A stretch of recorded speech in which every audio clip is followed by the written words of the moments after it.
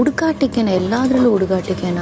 And 3 times 3 ಸಲ ಬಂದು ನಿಲ್ಲಿಸಿರೋ, 3 ಸಲನೂ save ಮಾಡ್ತಾನೆ ಅಂದರೆ ಹಂಗಾರೆ ಅಲ್ಲಿ ನಿಂತಿರೋ 3 ಜನಕ್ಕಿಂತನೂ ಕೂಡ ಅವಳು ಟಾಪ್ ಪ್ರಯಾರಿಟಿಲಿದ್ದಾಳೆ. ಈಗ ನಾನು ಒಂದು ಹೇಳ್ತೀನಿ ಕೇಳು, ಸೂಕ್ತ ಕಾರಣ ಅಂದ್ರೆ ಏನು ಗೊತ್ತಾ? ಅದೇ ಹೋದ ವಾರದ ಇನ್ಸಿಡೆಂಟ್, ಫ್ಯಾಮಿಲಿ ಇನ್ಸಿಡೆಂಟಲ್ಲಿ ನಿನ್ನ ಆರಾಮಾಗಿ ಹಿಡಿದಾಕ್ಬೋದಾಗಿತ್ತು.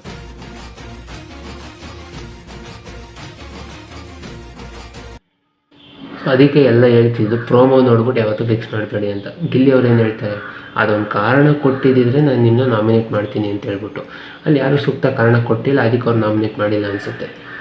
ಅದಕ್ಕೋಸ್ಕರ ಇಲ್ಲೆಲ್ಲ ಏನು ಅನ್ಕೋತಾರೆ, ಇಲ್ಲ ಅವ್ರಿಗೆ ಅಂತ ಹೇಳ್ಬಿಟ್ಟು. ಬಟ್ ಅಲ್ಲಿ ನಾಮಿನೇಟ್ ಅವ್ರು ಕರೆಕ್ಟಾಗಿ ಕಾರಣ ಕೊಟ್ಟಿದ್ರೆ ಮಾಡೋರು. ಗೇಮ್ ಅಂತ ಬಂದರೆ ಅವ್ರು ಯಾವತ್ತೂ ಫೇವರಿಸಮ್ ಮಾಡಲ್ಲ.